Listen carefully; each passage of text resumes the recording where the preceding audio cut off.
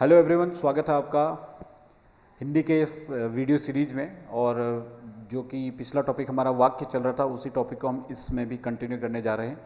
पिछले टॉपिक में वाक्य के बारे में हमने बताया था कि वाक्य कितने प्रकार के होते हैं, वाक्य कहते किसको हैं, ठीक है। तो उससे संबंधित कुछ प्रमुख बातों के हमने उस वीडियो के माध्यम से उल्लेख आपको किया था, या उस वीडियो में हमने आपको बताया था वाक्य के बारे में।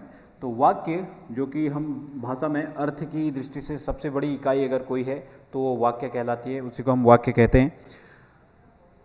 वाक्य में हमने देखा था कि प्रयोग एवं संरचना के आधार पर हम वाक्य पढ़ रहे थे, प्रयोग एवं संरचना के आधार पर। तो प्रयोग एवं संरचना के आधार पर वाक्यों को हमने 3 भागों में बांटा था, या यूँ कह लीजिए कि प्रयोग एवं संरचना के आधार पर वाक्य 3 प्रकार के होते हैं। पहला था आपका सरल वाक्य, इसी को हम साधारण वाक्य भी कहते हैं। दूसरा आपका संयुक्त वाक्य, और तीसरा था आपका मिश्रित वाक्य। तीसरा आपका मिश्रित वाक्य, ठीक है। सरल वाक्य, संयुक्त वाक्य और मिश्रित वाक्य, ये हमने देखा था। तो वहाँ पर सरल वाक्य क्या था? जब हमने वाक्य की चर्चा की थी तो वहाँ पर वाक्य के प्रमुख अंगों में एक होता है उद्देश्य और एक होता है विधेय, ठीक है। अब इसकी पूरी डिटेल चर्चा हमने पिछले वीडियो में की थी, वहाँ पर आप उसको देखिएगा। तो यहाँ पर सरल वाक्य हमने क्या कहा था? जिसमें एक उद्देश्य और एक विधेय हो, उसे हम क्या कहते हैं? एक उद्देश्य और एक विधेय हो, उसे हम सरल वाक्य कहते हैं। संयुक्त वाक्य क्या थे? संयुक्त वाक्य की हमने 3 कंडीशन देखी थी। संयुक्त वाक्य के हमने 3 कंडीशन देखी थी। पहला एक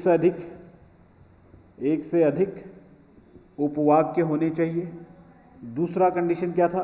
कि वह उपवाक्य जो हो साधारण वाक्य की भांति हो, साधारण वाक्य की तरह हो। और तीसरा, वह उपवाक्य स्वतंत्र होने चाहिए, ठीक है। तो यदि ऐसा होता है कि एक से अधिक उपवाक्य हो, वो उपवाक्य साधारण वाक्य की तरह हो और वह स्वतंत्र उपवाक्य हो, तो वो वाक्य संयुक्त वाक्य कहलाता है। जैसे मैंने क्या कहा कि राम पढ़ता है और श्याम खेलता है, ठीक है। तो राम पढ़ता है और श्याम खेलता है, अर्थात राम पढ़ता है, श्याम खेलता है, ये दोनों अपने स्वतंत्र उपवाक्य हैं, स्वतंत्र उपवाक्य है। अगर मैं इसमें से एक उपवाक्य को अगर हटा भी दूं तो भी इस दूसरे उपवाक्य पर कोई प्रभाव नहीं पड़ता है, अर्थात ये दोनों उपवाक्य स्वतंत्र हैं, ठीक है। तो स्वतंत्रता का मतलब दोनों की आपस में या परस्पर निर्भरता उसमें कम रहती है, तो ऐसे वाक्य संयुक्त वाक्य कहलाते हैं। तीसरा हमने देखा था मिश्रित वाक्य, और मिश्रित वाक्य और संयुक्त वाक्य में अंतर यही था कि देखिए, पहली चीज़ तो दोनों में जो समानता थी वो ये कि दोनों में समुच्चय बोधक अवयवों का प्रयोग किया जाता है, दोनों में उपवाक्य पाए जाते हैं, ठीक है। लेकिन मिश्रित वाक्य संयुक्त वाक्य से कैसे अलग है कि जो मिश्रित वाक्य है, उस मिश्रित वाक्य में जो उपवाक्य होते हैं उसमें एक उपवाक्य प्रधान उपवाक्य होता है और दूसरा उपवाक्य आश्रित उपवाक्य होता है, ठीक है। और जो आश्रित उपवाक्य होते हैं वो किस पर आश्रित होते हैं? इस प्रधान उपवाक्य पर होते हैं।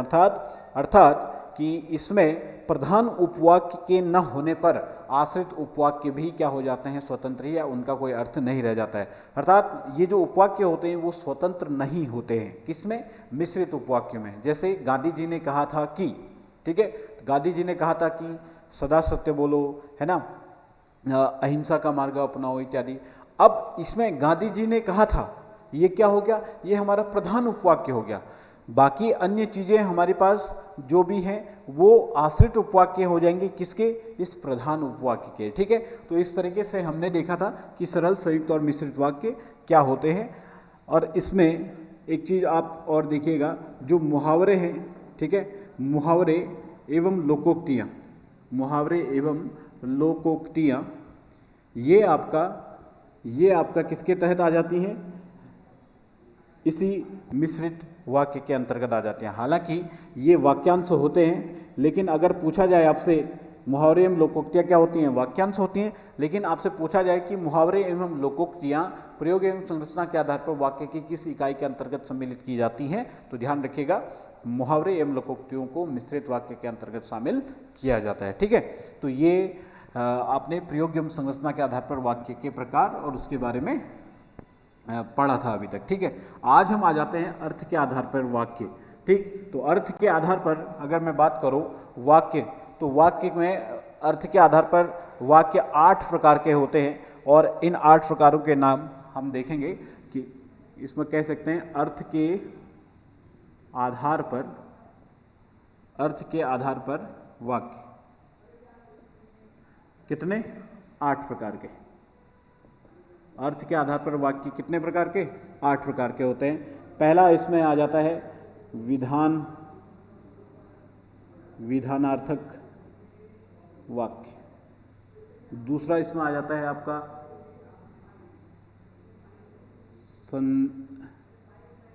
संदेहार्थक वाक्य।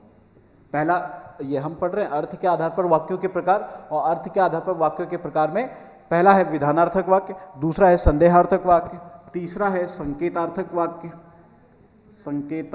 वाक्य, चौथा है इच्छार्थक वाक्य, पांचवा है प्रश्नार्थक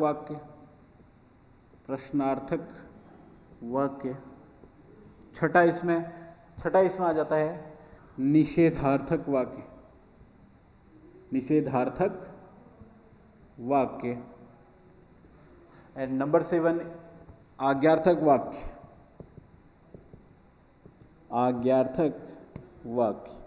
और 8वां आपके पास विस्मयार्थक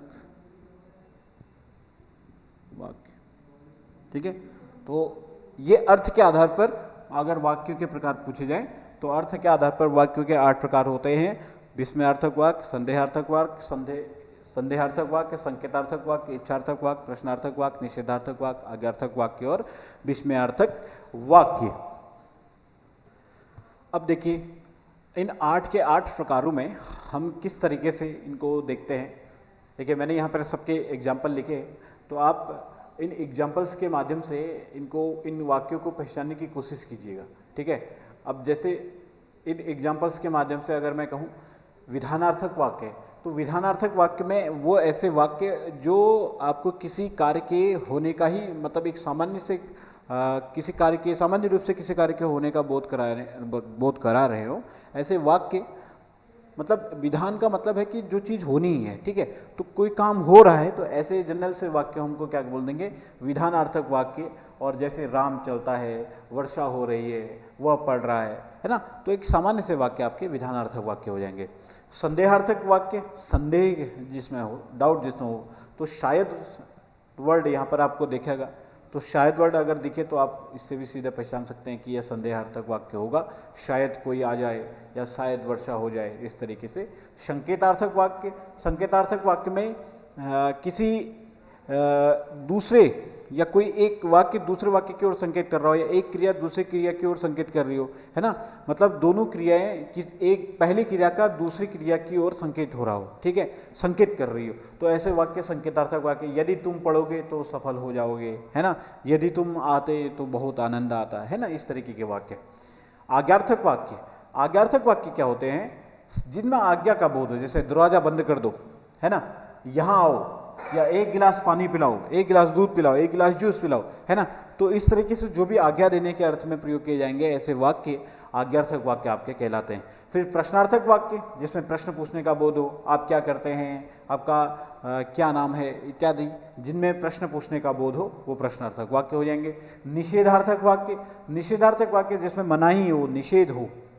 ठीक है, तो निषेधार्थक वाक्य में आपका मनाही या निषेध का करने का भाव जिनमें आए, जैसे सड़क पर मत खेलो, राम घर पर नहीं है, तो ये हमको मना करने का भाव इनसे हमें क्या हो रहा है, नहीं का भाव इनसे हमारे पास सामने आता है, तो निषेधार्थक वाक्य। इच्छार्थक वाक्य क्या होते हैं, जिसमें आप किसी को आशीर्वाद देते हो, किसी को शाप दे रहे हो, किसी को दुआ दे रहे हो, बद्दुआ दे रहे हो, ये सब प्रकार के वाक्य जब भी आप इस प्रकार के वाक्य की क्रिया के लिए आप वाक्यों का प्रयोग करते हैं, तो इच्छार्थक वाक्य इसके अंतर्गत आ जाएंगे। जैसे काश मैं प्रधानमंत्री होता, काश मुझे सफलता मिल जाती, है ना, या चिरंजीवी भव, खूब बड़े हो जाओ।